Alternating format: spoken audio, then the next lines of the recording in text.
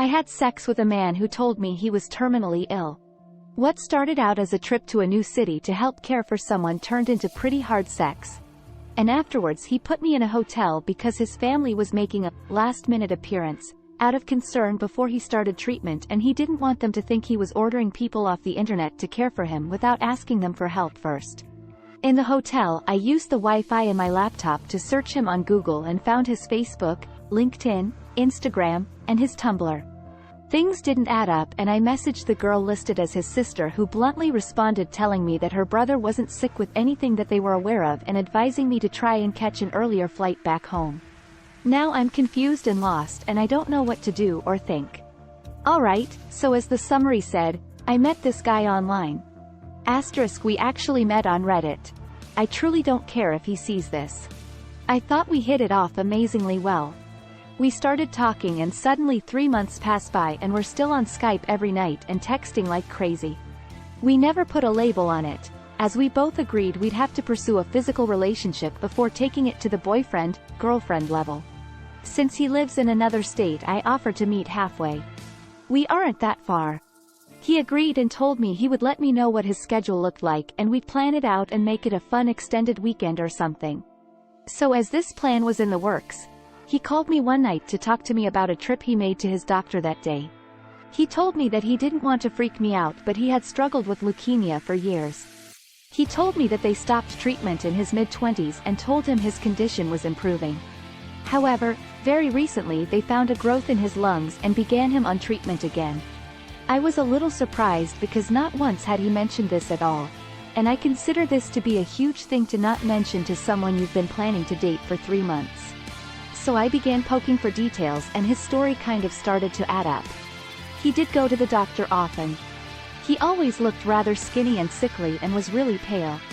He showed me pictures of him in the hospital in his early 20s, hooked up to all kinds of machines, and told me that it was hard to talk about because every girl so far has left after finding out about his disease, and he didn't want me to leave as well. I explained that hiding that kind of information wasn't okay just because he didn't trust I would stick around after finding out about this, and he agreed and apologized. So after that we kind of halted our planning and talked about how he was doing from day to day.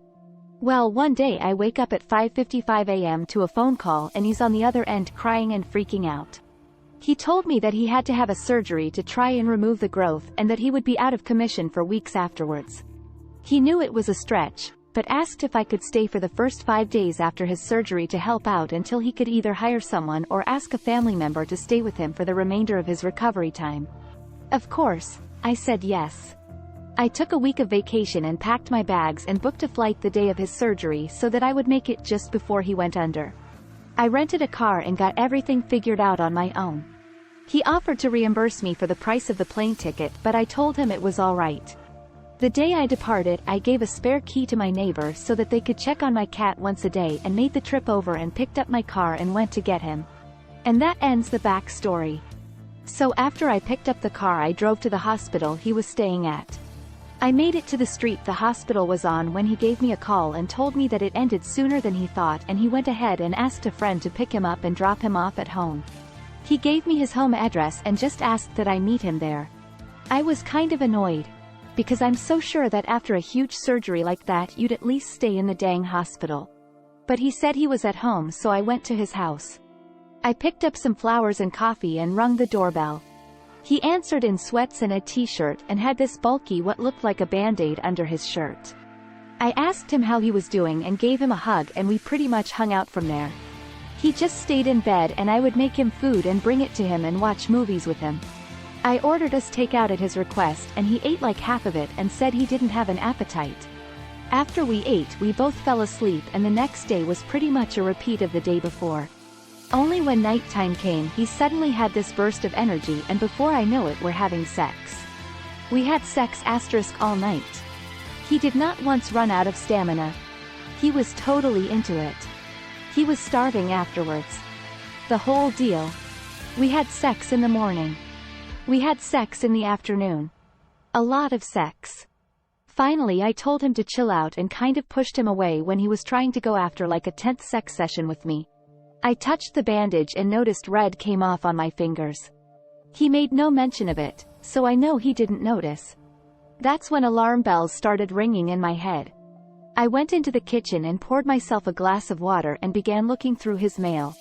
I know it might not make sense, but I had this strong feeling that he was lying about his surgery. I just wanted to check to see if his name really was what he told me. It was. I was beginning to freak out and felt like he tricked me to get me out there and that I might have been bunking with a predator.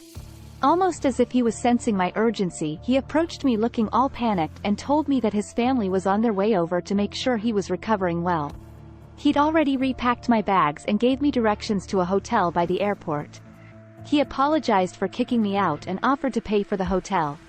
I declined and said I would pay for it, but asked why I had to go.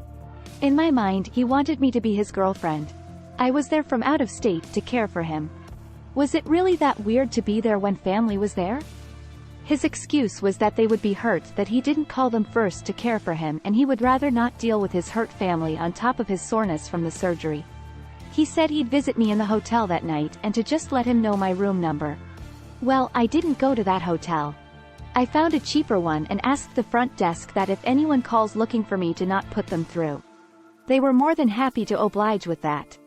I got up to my room with my laptop and plugged it in and began to hardcore search this guy. When we met, he told me that Skype and Kik were the only way he communicated with friends and family and that he didn't have a Facebook for work reasons. I kind of doubted that at first and looked for him a long time ago but never found anything. I did find a LinkedIn a long time ago but that only tells you so much. Well, this time I created a throwaway Facebook and looked for him again. He popped up almost instantly. I also looked at the URL and typed that into Google to find his Tumblr and Instagram. This is what I took away from that information. None of his family lives remotely close to him. He is outdoorsy and often goes on group outings with friends. He thrives on bar life and often goes out looking for girls with his friends. He told me he worked for a specific company. He actually doesn't. The hospital picture he showed me was from a motorcycle accident. He has 3 kids that he's only seen a few times and none of the moms live remotely close to him as well. You can imagine how sick I felt.